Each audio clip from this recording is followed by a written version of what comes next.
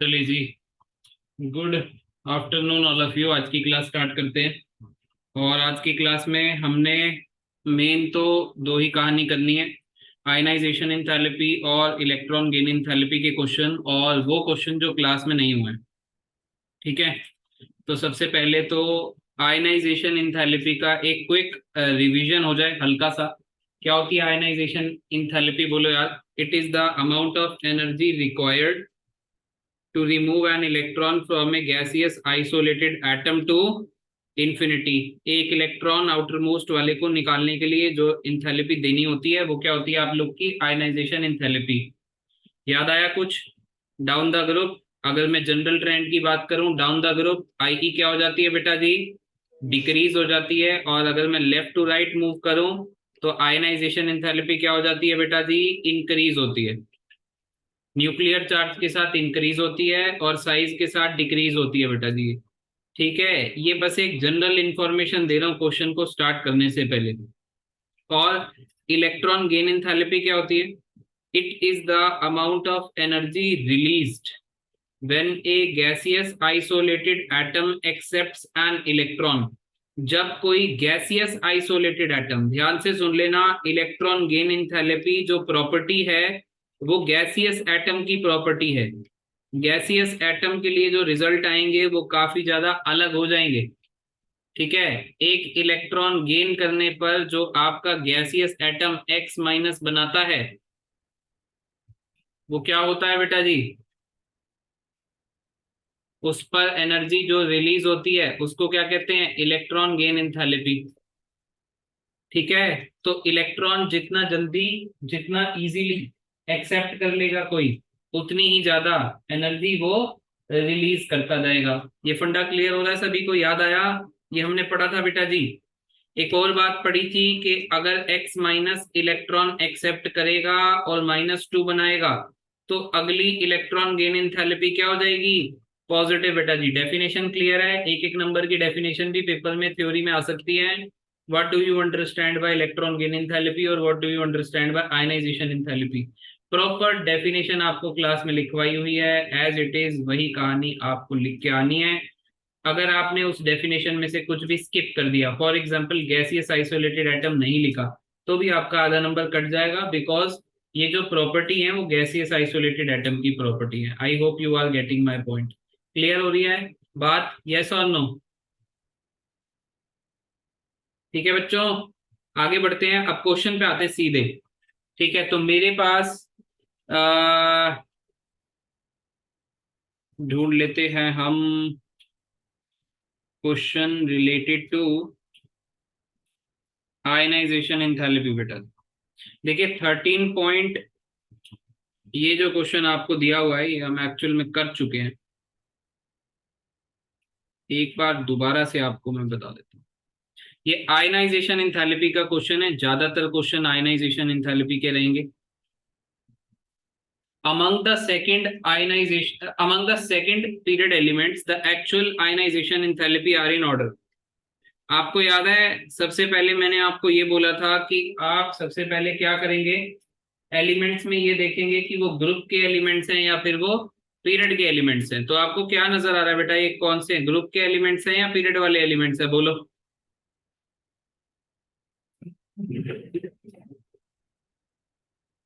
बोलो बेटा जी, ये आपके ग्रुप के एलिमेंट्स हैं या ये आपके पीरियड वाले एलिमेंट्स हैं? बताओ। ग्रुप। Sir period. ग्रुप।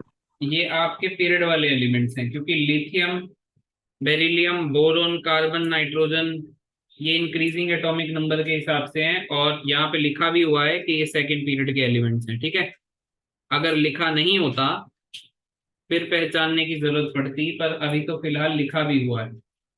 तो आपको याद होगा बेटा आयनाइजेशन एंथैल्पी में हमने किया था कि अगर पीरियड के एलिमेंट्स हैं तो दो कॉन्सेप्ट काम आते हैं, एक तो न्यूक्लियर चार्ज का और दूसरा कौन सा कॉन्सेप्ट काम आता है?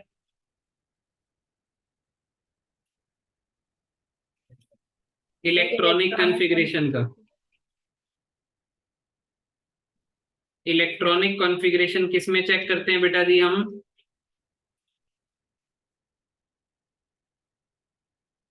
Noble gas. एडजेसेंट एलिमेंट्स में बेटा चेक करते हैं इलेक्ट्रॉनिक कॉन्फ़िगरेशन। एडजेसेंट एलिमेंट में ये देखा जाता है कि अगर हाफ फील्ड कॉन्फ़िगरेशन है या फुली फील्ड कॉन्फ़िगरेशन है तो वो एक्स्ट्रा स्टेबल होती है, और स्टेबल कॉन्फ़िगरेशन की आईई भी थोड़ी सी ज्यादा होती है। और अगर इलेक्ट्रॉनिक कॉन्फ़िगरेशन हम नहीं चेकआउट कर रहे हैं तो हम अपना आंसर किससे देते हैं? फिर हम अपना आंसर न्यूक्लियर चार्ज से देते हैं। एक बार 2 मिनट के लिए मैं आपको टाइम दे रहा हूँ, फटाफट से अपने नोट से एक बार पलट के देखो, जल्दी करो। एक बार नोट्स पलटो सब लोग। आयनाइजेशन एंथैल्पी का पूरा टॉपिक जो आपने लिखा है कॉपी में अपनी, उसको एक बार देखो। सबसे पहले डेफिनेशन थी, फिर सक्सेसिव आयनाइजेशन एंथैल्पीज की बात थी, फिर फैक्टर्स अफेक्टिंग आईई था, और इसके बाद हमने इस टाइप का एक क्वेश्चन किया था जिसमें एलिमेंट जो है वो पीरियड के थे और पहले उनकी इलेक्ट्रॉनिक कॉन्फ़िगरेशन लिखी थी।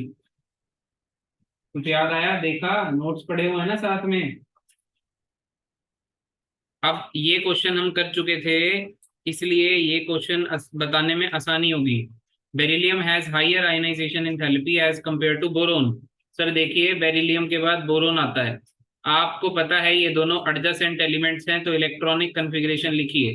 इलेक्ट्रॉनिक कॉन्फ़िगरेशन लिखी तो कुछ पता लगा, इस तरीके से है। तो आपको बताया था कि बेरिलियम की कॉन्फ़िगरेशन में लास्ट इलेक्ट्रॉन 2s1 में, इसमें लास्ट इलेक्ट्रॉन 2p1 में। किसका पेनिट्रेटिंग पावर ज्यादा है? 2s का पेनिट्रेटिंग पावर 2p के पेनिट्रेटिंग पावर से ज्यादा है। और फैक्टर्स अफेक्टिंग आयनाइजेशन एंथैल्पी में हमने पढ़ा था कि जिसका पेनिट्रेटिंग इफेक्ट ज्यादा होगा उसकी आईई ज्यादा होगी, इसीलिए बेरिलियम की आईई बोरोन से ज्यादा है। यस और नो? क्लास में करवाई हुई बात है, बोलिए। देखिए पूछा कैसे है उसने, इस टाइप का क्वेश्चन आ सकता है। क्लियर है? संयम तेरे को क्लियर है बेटा? ये तो क्लास में किया है तूने। Yes sir. भविष्य बोलो बेटा। क्लियर। क्लियर है। उन्नति? Yes sir, clear. ठीक है, नेक्स्ट देखिए। Oxygen has lower ionisation enthalpy than nitrogen and fluorine. Oxygen की आईई कम है नाइट्रोजन और फ्लोरीन से।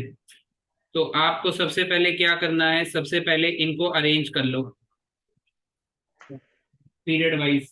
अरेंज करने के Among the बाद इनकी second period electronic elements, the configuration लिख लो। absolute ionization enthalpies are in the order. क्या बेटा जी? बोलिए, रिपीट कीजिए, क्या कह रहे थे आप? ये इलेक्ट्रॉनिक कॉन्फ़िगरेशन लिख ली हमने।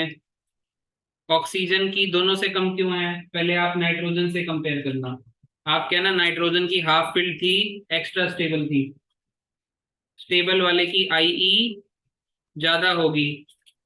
फिर आप कहना कि ऑक्सीजन और फ्लोरीन में कोई हाफ फील्ड फुली फील्ड का कॉन्सेप्ट नहीं है, और फ्लोरीन का न्यूक्लियर चार्ज ज्यादा है as compare to oxygen, because वो पीरियोडिक टेबल में राइट साइड पे आता है, और इसी वजह से फ्लोरीन की भी ऑक्सीजन से ज्यादा होगी। नाइट्रोजन और फ्लोरीन का कंपैरिजन इलेक्ट्रॉनिक कॉन्फ़िगरेशन से क्यों नहीं कर सकते आप? क्योंकि वो एडजेसेंट नहीं है। तो एडजेसेंट नहीं है तो इलेक्ट्रॉनिक कॉन्फ़िगरेशन से आप चेक नहीं कर सकते। क्लियर हुआ कि नहीं हुआ? बोलो यार। ये तो पहला क्वेश्चन है, डन है, क्लास में करवाया भी हुआ है, हो गया रिवाइज। चलो आगे देखो। चलिए, इस टाइप का क्वेश्चन आ सकता है एक्सप्लेन करने को। सब लोगों को करना है खुद से।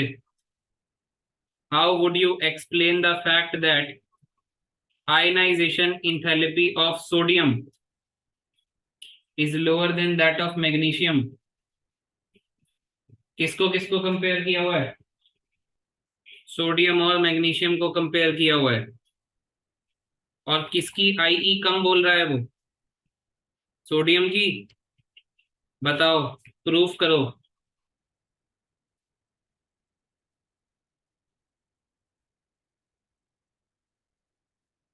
सोडियम की आईई कम सर क्यों है? इसमें हम्म। एटॉमिक साइज सोडियम का ज्यादा होएगा और इफेक्टिव न्यूक्लियर मैग्नीशियम का ज्यादा होएगा। Effective nuclear charge. Effective nuclear charge magnesium का ज्यादा होगा, ठीक है, और इसीलिए उसकी आईई ज्यादा होगी। और सेकंड वाली का क्या एक्सप्लेनेशन है फिर आपके पास? सेकंड आई का, सेकंड आई कहता है, उल्टी हो गई। वो कह रहा है कि सोडियम की पहली ionisation enthalpy IE1 of sodium is greater than IE1 of magnesium, but वो कह रहा है IE2 ऑफ, सॉरी ये उल्टा था, IE1 of sodium is less than IE1 of magnesium, but IE2 of sodium is greater than IE2 of magnesium। ये आपसे question पूछा है और इसका एक्सप्लेनेशन मांगा है। हाफ फील्ड का कोई कॉन्सेप्ट नहीं लगेगा एस के ऑर्बिटल में। इलेक्ट्रॉनिक कॉन्फ़िगरेशन सोडियम की क्या है?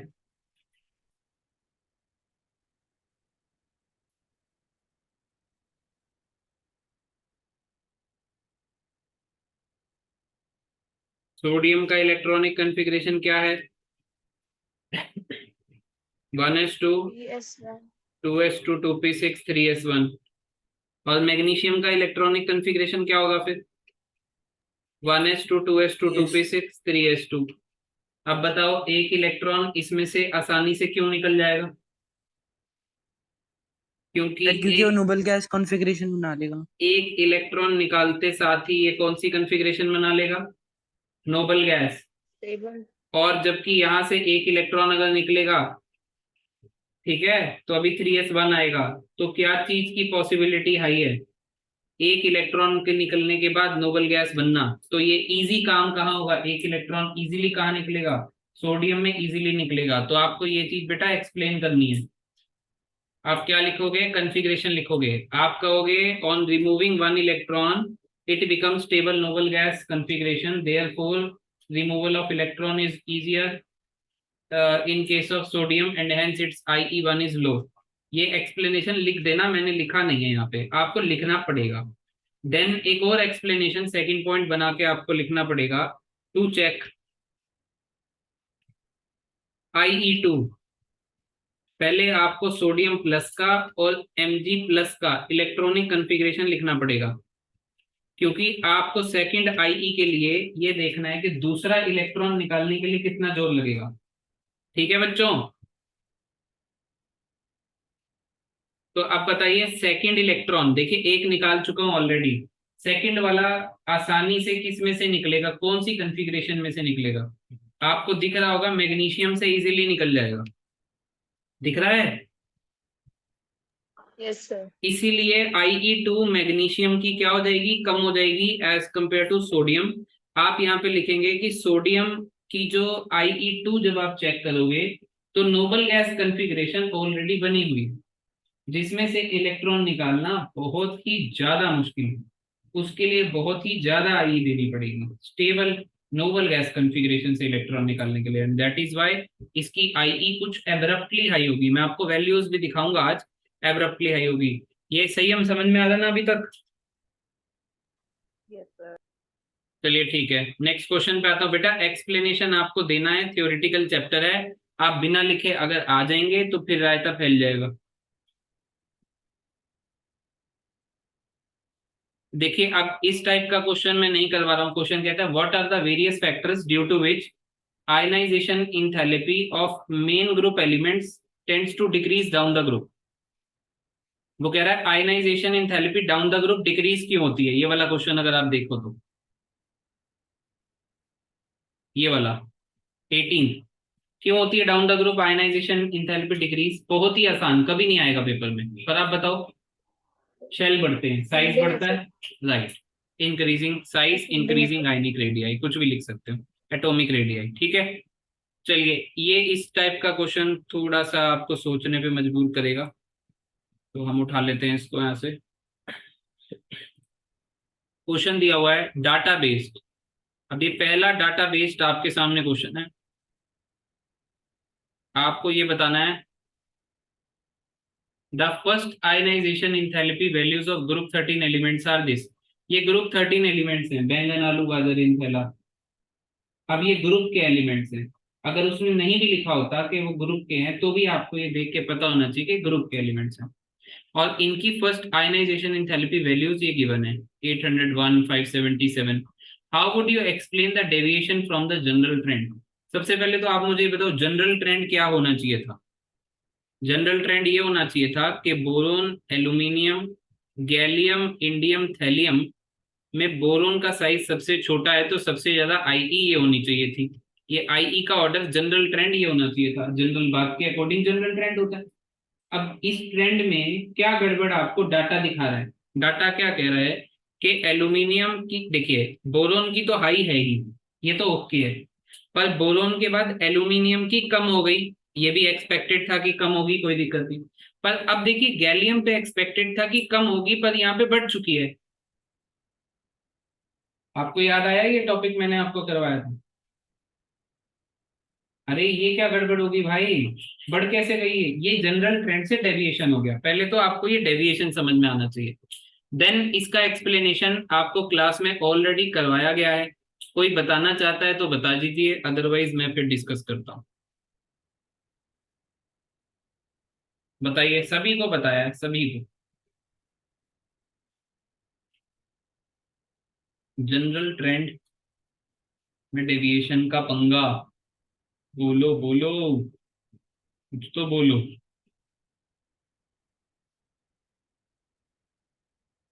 देखिए चलिए मैं बताता हूँ, याद दिलाता हूँ। Boron, aluminium, gallium, indium, thallium है।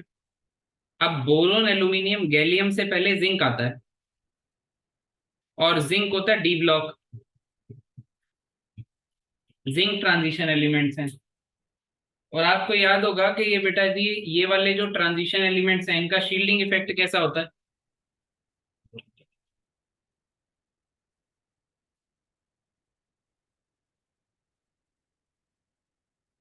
सब poor shielding effect. Right, poor shielding effect. Poor shielding effect की वजह से क्या होता है?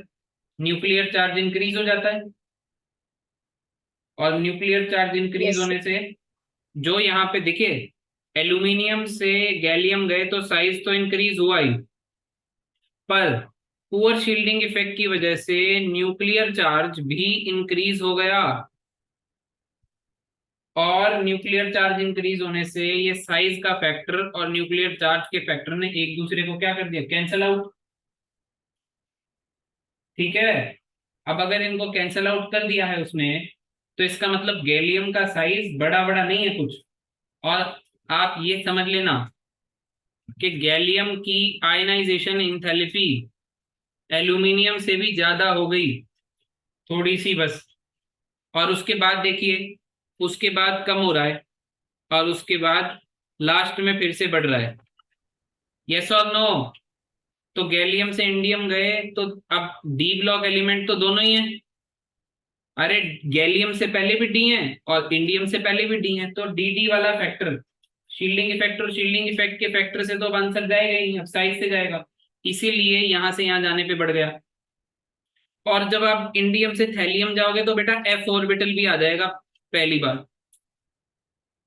तो एफ ऑर्बिटल के आने से शील्डिंग इफेक्ट और पुअर हुआ और न्यूक्लियर चार्ज और बढ़ा, जिस वजह से थैलियम की बढ़ गई वैल्यू आई की।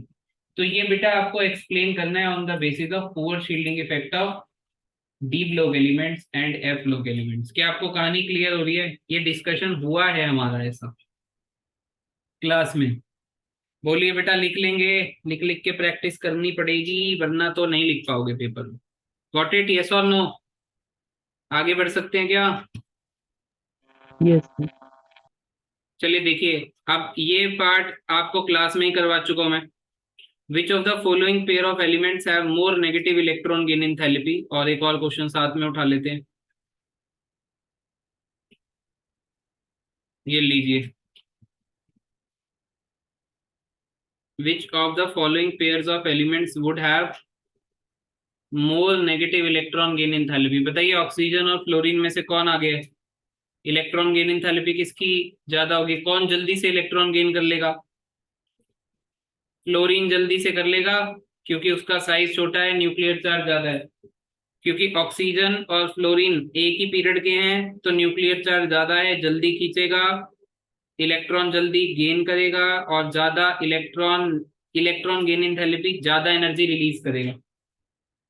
और फ्लोरीन और क्लोरीन में ये क्वेश्चन आपको पेपर में आएगा।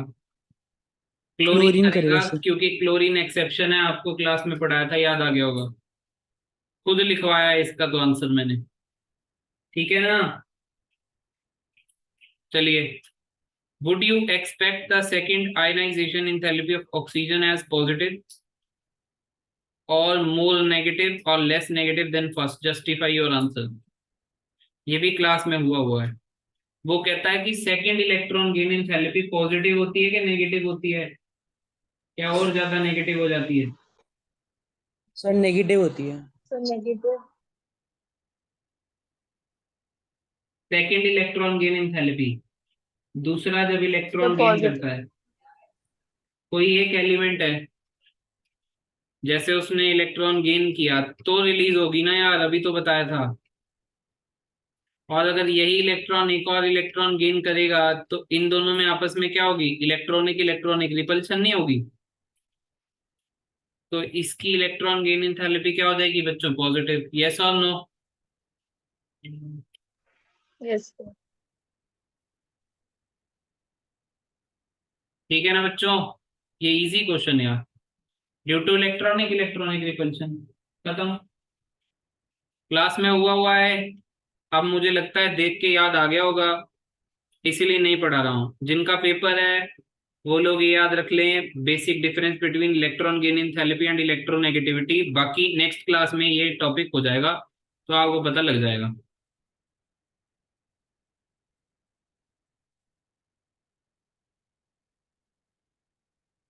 चलिए, अब एक डाटाबेस क्वेश्चन करवाते हैं आपको। अब ये क्वेश्चन बहुत ही ध्यान से आपको सुनना पड़ेगा, समझना भी पड़ेगा, तब जाके आप इसका आंसर कर पाओगे। और ये क्वेश्चन आने की प्रोबेबिलिटी 50-50 है। पेपर में ये क्वेश्चन के चांसेस आने के 50-50 होते हैं। तो ये लो पूरी स्क्रीन पर, आपको यहाँ क्या क्या दिया हुआ है। आपको यहाँ पे 6 एलिमेंट दिए हुए हैं, 1 2 3 4 5 6। 6 एलिमेंट का डाटा दिया है, और डाटा आपको दिया है दो चीजों का। एक तो आयनाइजेशन इंथैल्पी का डाटा दिया है, और एक इलेक्ट्रॉन गेन इंथैल्पी का डाटा दिया है। अब आयनाइजेशन इंथैल्पी के भी दो डाटा गिवन है, फर्स्ट वाली और सेकंड वाली। ठीक है। और अब हमको ये बताना है कि इन 6 एलिमेंट्स में से ये 6 पार्ट हैं, कौन सा एलिमेंट किस बात को सेटिस्फाई करता है। जैसे कि द लीस्ट रिएक्टिव एलिमेंट, इनमें से सबसे कम रिएक्टिव एलिमेंट कौन सा होगा? 1 2 3 4 5 6 में से आपको क्या लगता है दोस्तों कि डाटा के अनुसार ऐसा कौन सा एलिमेंट है जो सबसे कम रिएक्टिव होगा? Least reactive element. फिफ्थ वाला क्यों?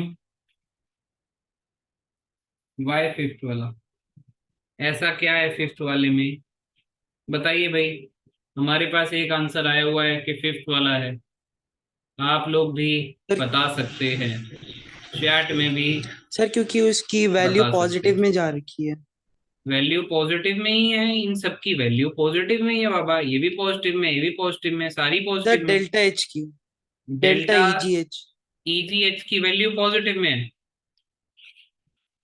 तो वो इलेक्ट्रॉन गेन करना पसंद नहीं करेगा। चलिए कह सकते हैं, देखिए आपको मैं एक बात याद करवा देता हूँ क्योंकि इस टाइप के क्वेश्चन आपको आ सकते हैं। सबसे पहले आप यही ढूंढा कीजिए कौन सा लीस्ट रिएक्टिव है। फॉर एग्जांपल, मतलब ये 6 के 6 अलग कंडीशन है, तो आप सबसे पहली कंडीशन का यही ढूंढा कीजिए कि कौन सा लीस्ट रिएक्टिव है, कौन सा रिएक्ट करना नहीं चाहता है, जिसकी कॉन्फ़िगरेशन कैसी होगी? फुली फिल्ड नोबल गैस, वो रिएक्ट करना नहीं चाहेगा। नोबल गैस कॉन्फ़िगरेशन ढूंढने के लिए सबसे आसान तरीका होता है कि आप फर्स्ट आयनाइजेशन एंथैल्पी किसकी ज्यादा है वो देख लें। सबसे ज्यादा आईई का मतलब है नोबल गैस कॉन्फ़िगरेशन में से इलेक्ट्रॉन निकालना। यस और नो? देखिए सबसे कुछ ज्यादा ही वैल्यू है, मतलब जहां 1000 है, 500 है, 700 है, ये 2000 समथिंग है। ठीक है, और दूसरी तरफ यहाँ पे Eg की वैल्यू भी पॉजिटिव आएगी, ये बात आपको समझा रखी है क्यों। तो यहाँ पे पहले पार्ट का आंसर हो जाता फिफ्थ। अब सेकंड, मोस्ट रिएक्टिव मेटल ढूंढना भी काफी आसान होता है।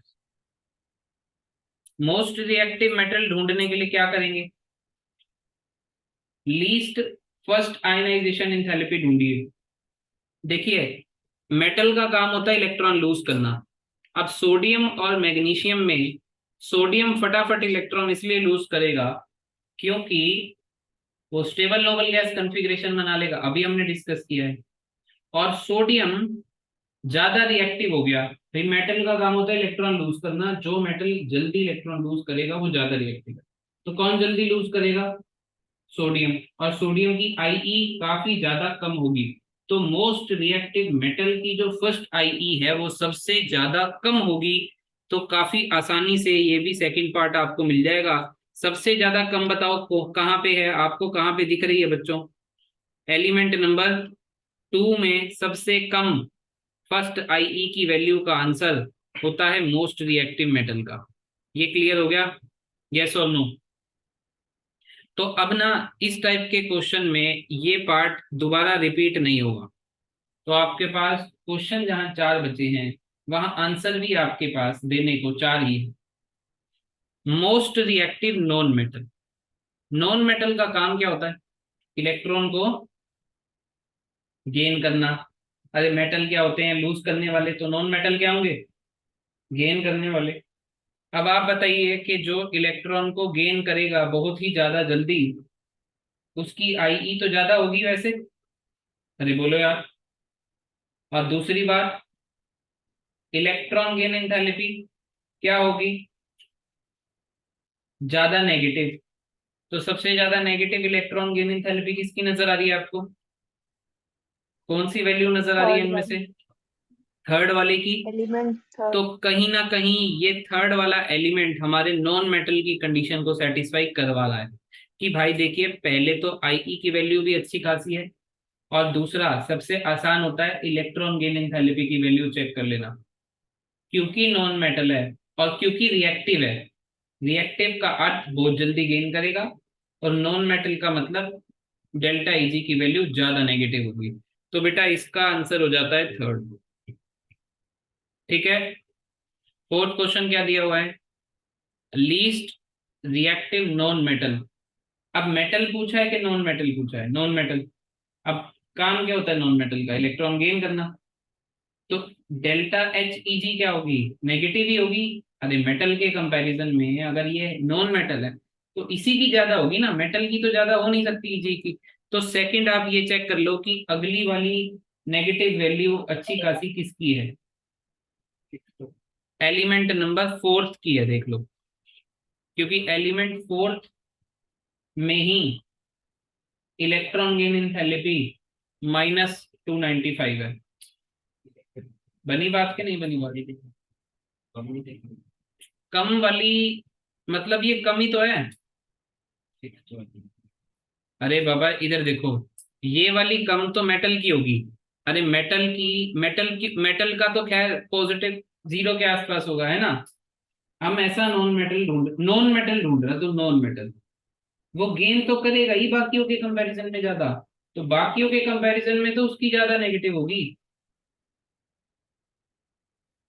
अरे रिएक्टिव नॉन मेटल से कम होगी, कम रिएक्टिव नॉन मेटल की। ये क्लियर हुआ। तो आपका आंसर क्या था इसका, फोर्थ पार्ट। ठीक है, तो अब कौन कौन से पार्ट आपके कैंसिल हो गए, थर्ड भी कैंसिल, फोर्थ भी कैंसिल, ये आंसर आ चुके हैं। फर्स्ट और फिफ्थ रह गया खाली। अब थोड़ा क्वेश्चन को पढ़ना।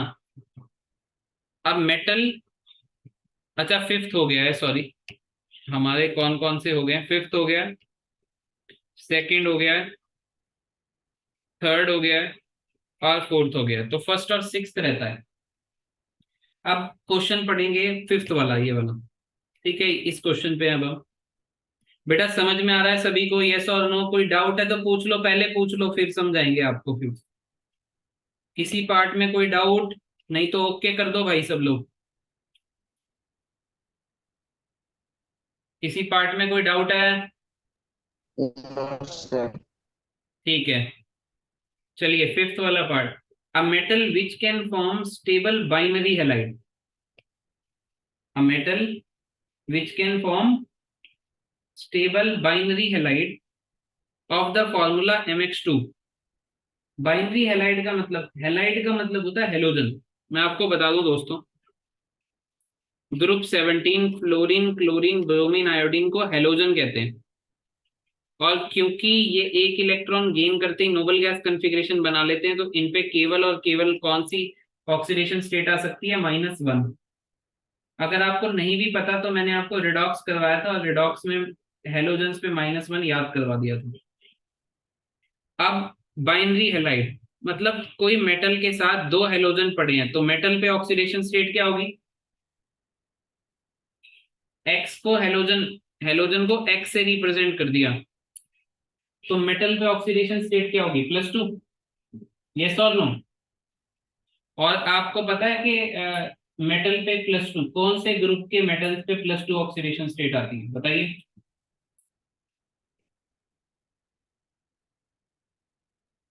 बताओ बेटा जी। सेकंड ग्रुप पे, आपको याद है ना, ग्रुप 1 एलिमेंट्स मेटल्स और ग्रुप 2 एलिमेंट्स मेटल्स। लीना की रब से फरियाद,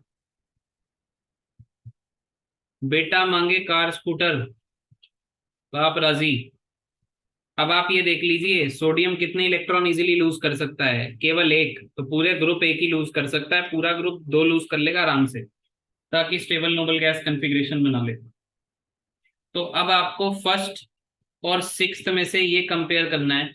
अच्छा, एक ई पार्ट और एक एफ पार्ट, यानी कि लास्ट क्वेश्चन में आपको ये बताना है कि कौन सा इनमें से एलिमेंट है फर्स्ट और सिक्स्थ में से जो एक हेलोजन के साथ जुड़ेगा, और कौन सा एलिमेंट ऐसा है जो दो हेलोजन के साथ जुड़ेगा।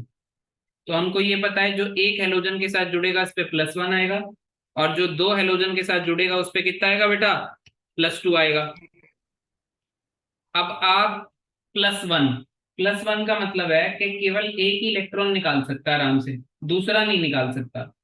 तो यानी कि अगर आप पहली दो आयनाइजेशन एंथैल्पी को कंपेयर करोगे, कि पहला आराम से निकल रहा है इस केस की बात करूं, और दूसरा मुश्किल से निकल रहा है बहुत ही ज्यादा, क्योंकि अगर वो सोडियम है तो एक इलेक्ट्रॉन लूज करते ही नोबल गैस कॉन्फ़िगरेशन बना चुका, तो पहली कम है और दूसरी एब्रप्टली ज्यादा। तो कौन सा एलिमेंट हो गया इसमें से MX जो बनाएगा, 1 हो गया कि 6 हो गया, बोलो बेटा आप लोग बताओ। M ऐसा एलिमेंट है जो केवल एक ऑक्सीडेशन स्टेट शो करेगा, और एक ऑक्सीडेशन स्टेट शो आपको पता है ग्रुप 1 वाले करते हैं। और ग्रुप 1 एलिमेंट्स की प्रॉपर्टीज आपको पता है कि पहली आयनाइजेशन एंथैल्पी कम होगी पर दूसरी कुछ ज्यादा ही होगी। तो आप ये देखो, फर्स्ट वाला 520 के बाद 7300 का गैप आ रहा है, बहुत ज्यादा बड़ा गैप नहीं हो गया, जबकि जो एलिमेंट +2 बनाएंगे उनकी पहली आयनाइजेशन एंथैल्पी और दूसरी आयनाइजेशन एंथैल्पी में ज्यादा फर्क नहीं होगा, पहली कम और दूसरी तो ज्यादा होती ही है, पर ज्यादा डिफरेंस नहीं होगा क्योंकि वो दो इलेक्ट्रॉन इजीली निकाल लेगा। तो आप देखिए सिक्स्थ एलिमेंट में ज्यादा फर्क नहीं है और फर्स्ट एलिमेंट में ज्यादा फर्क है। तो इसलिए दोस्तों ये जो आंसर है फर्स्ट वाला इसका है, और ये जो रेस्ट बचा हुआ सिक्स्थ वाला इसका। क्या आपको ये बात समझ में आई है, सर बोलिएगा। पूरी कहानी आपको एक एक बात, एक एक छोटी छोटी कहानी समझाई गई है। आई रिपीट, सबसे पहले नॉन रिएक्टिव एलिमेंट ही ढूंढना, दूसरा मोस्ट रिएक्टिव मेटल ढूंढना, तीसरा मोस्ट रिएक्टिव नॉन मेटल ढूंढना, और उसके बाद आप बाकी के ढूंढ लेना। जरूरी नहीं है कि आपको 6 के 6 ही आएंगे, आपको कम भी पूछ सकता है, क्या दिक्कत। ठीक है बेटा, दक्ष क्लियर हुआ कि नहीं हुआ? Yes, sir. ठीक है, ये एक अच्छा क्वेश्चन हो जाता है। और राइट, तो इसी तरीके से ठीक है।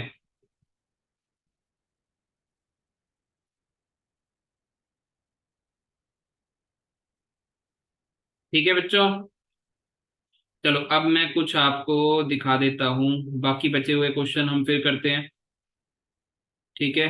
और अब कुछ देख लेते हैं हम लोग प्रीवियस ईयर के क्वेश्चन बेटा। एक बार देखते हैं ऑब्जेक्टिव क्वेश्चन किस तरीके से आते हैं।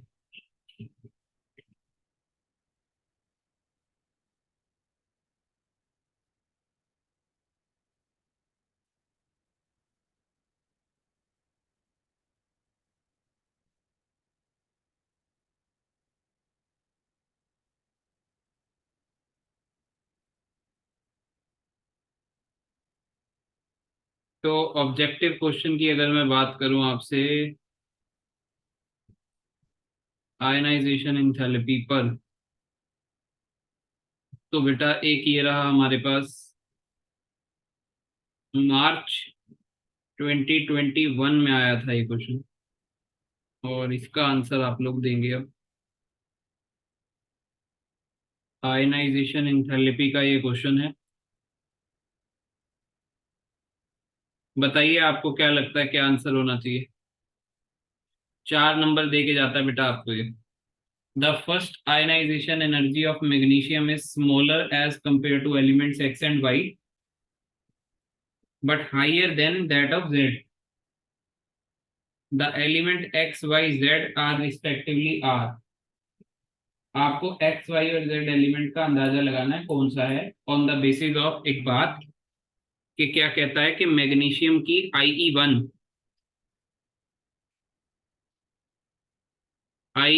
और मैग्नीशियम ज्यादा है किससे, सॉरी इस स्मॉलर है, X एंड Y से स्मॉल है और IE1 Z से ज्यादा है। अब मैग्नीशियम कौन से ग्रुप में आता है, ग्रुप नंबर 2 में आता है। और अगर ये ग्रुप 2 में आ रहा है तो Z किस में आएगा। अब ये पहले आप ये देख लो कि एलिमेंट्स पड़े कौन कौन है, एक्स वाई और जेड के नाम पे कौन कौन से एलिमेंट्स हैं। तो क्लोरीन है आपके पास, लिथियम है आपके पास, सोडियम है आपके पास, आर्गन है आपके पास, और केवल यही एलिमेंट्स हैं। देखिए नियॉन है आपके पास। मैंने सारे एलिमेंट्स निकाल लिए जो जो आंसर में है। अब आप बस ये देखते ही समझ जाएंगे दोस्तों कि मैग्नीशियम की आयनाइजेशन एंथैल्पी केवल यहाँ पे एक ही एलिमेंट ऐसा है जिससे ज्यादा होगी। किससे ज्यादा होगी,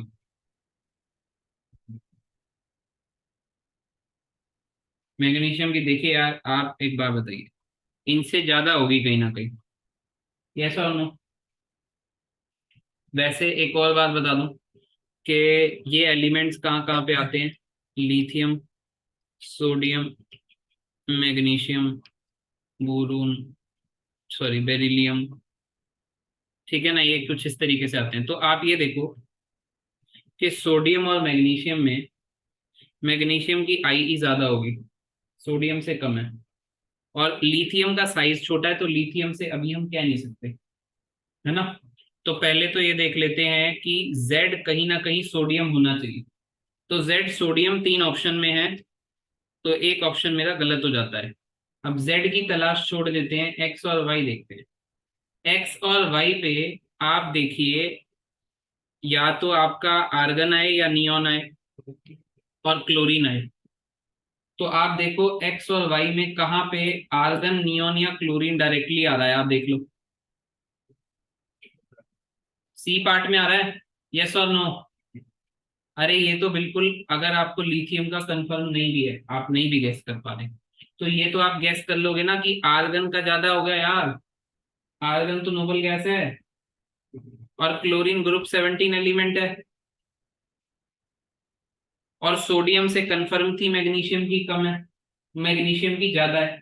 आयनाइजेशन एंथैल्पी सोडियम से ज्यादा थी, एक्स और वाई से कम थी। एक्स और वाई में कौन होना चाहिए फिर, यही होने चाहिए आर्गन और क्लोरीन। तो पार्ट कौन सा आंसर हो जाएगा, सी पार्ट आंसर हो जाएगा बेटा। आपको इसी टाइप के क्वेश्चन आएंगे बिल्कुल, जिसमें आपको आईडीए लगाने होंगे या आपको ऑर्डर सेट करना होगा, ठीक है। कम है ज्यादा है, आपको न्यूमेरिकल नहीं आता इस चैप्टर से, और एक क्वेश्चन जरूर रहता है इस चैप्टर से, ठीक है, हर पेपर में। गॉट इट बेटा? कोई परेशानी है? 2021 में आया है, ऑलमोस्ट लेटेस्ट ही क्वेश्चन। ठीक है, बढ़ जाए आगे के नहीं?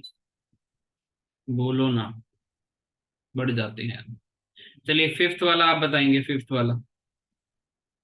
ये भी 2021 का ही है हमारे पास। The correct order of electron gain enthalpy. छूटते ही बता दो, जो जो इलेक्ट्रॉन गेन एंथैल्पी पढ़ चुके हैं, बताइए ऑर्डर क्या रहेगा।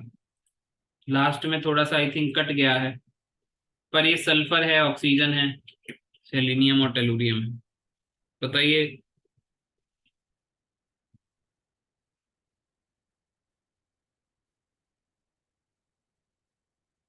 Electron gain enthalpy, oxygen, sulphur, selenium, tellurium, polonium.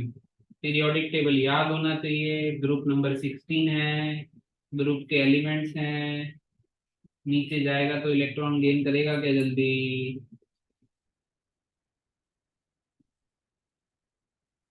किसकी इलेक्ट्रॉन गेन एंथैल्पी ज्यादा होगी? ऑक्सीजन की, सल्फर की, सेलेनियम की या टेलुरियम की? सल्फर की ज्यादा होगी ऑक्सीजन से, ये बात याद आ गई? अच्छा, ये तो बात याद आ गई तुम्हें कि ऑक्सीजन, सल्फर, सेलेनियम, टेलुरियम में एक एक्सेप्शन थी। पर आपको एक बात बता दूं, ऑक्सीजन की सबसे कम थी, ये भी बताई थी। केवल ऑक्सीजन वाला ग्रुप ही ऐसा है जिसकी इलेक्ट्रॉन गेन एंथैल्पी ऑक्सीजन की सबसे कम थी उसके रेस्ट ऑफ एलिमेंट से। और बेटा ये पार्ट लग जाएगा आपका डी। क्या आपको याद आया? क्लास में करवाई हुई बात है बिल्कुल। यस और नो? सीधा क्वेश्चन, सीधी बात से सीधा क्वेश्चन आया, देख लो आप। तो जो आपको करवाया जाता है बेटा, वैसे ही क्वेश्चन आपके पेपर में आसपास के आते हैं। ठीक है, बस आपको चीजें याद रखनी होती है। अब चलिए देखिए, जैसे मैंने आपको इस टाइप का क्वेश्चन करवा रखा है, अब पर एलिमेंट्स थोड़े से अलग आ गए। देखिए जैसे ये है सिक्स्थ। बताइए, अब ये बताइए तो फिर मानेंगे। अब ये लो, चार एलिमेंट्स दे रखे हैं, magnesium, aluminium, sulphur, phosphorus, silicon, पांच दिए हुए हैं। The correct increasing order of first आई लगानी है, कैसे लगाओगे? सबसे पहले क्या करोगे? संयम बता भाई, क्या करेगा सबसे पहले? ये तो आयनाइजेशन एंथैल्पी क्वेश्चन है।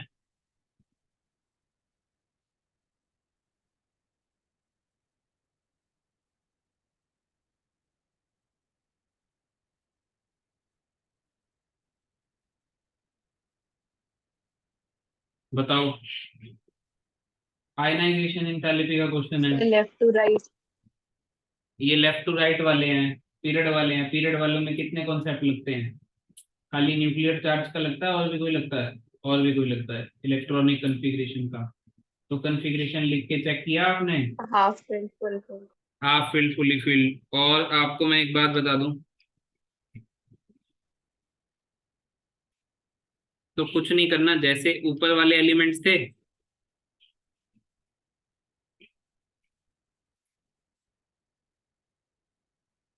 ये जैसे ऊपर वाले एलिमेंट थे, इनके ग्रुप के ऊपर वाले यही है ना, जो ऑर्डर इनका था वही ऑर्डर इनका रहता है, क्योंकि इलेक्ट्रॉनिक कन्फिग्रेशन जो सेम रहती है। तो आपको याद होगा कि बेरिलियम बोरोन से आगे था, यस और नो?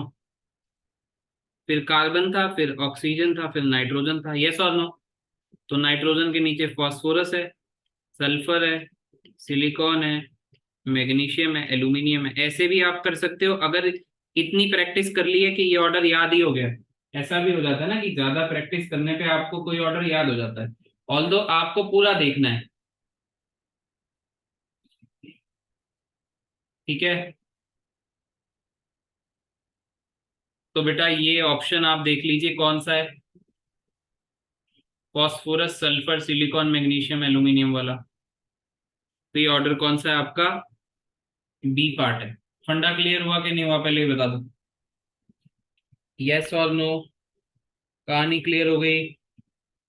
चलिए तो आज आप एक बार इतना ही कर लीजिए, आयनाइजेशन एंथैल्पी के और क्वेश्चंस मैं आपको भेजता हूं, उनको अटेम्प्ट मारना, जो डाउट्स आएंगे उसको डिस्कस कर लेना, या फिर आयनाइजेशन एंथैल्पी के सारे क्वेश्चन जो आपको मॉड्यूल में दिए हुए हैं सारे अटेम्प्ट कर लो, जो भी डाउट आएगा उसको पूछ लेना।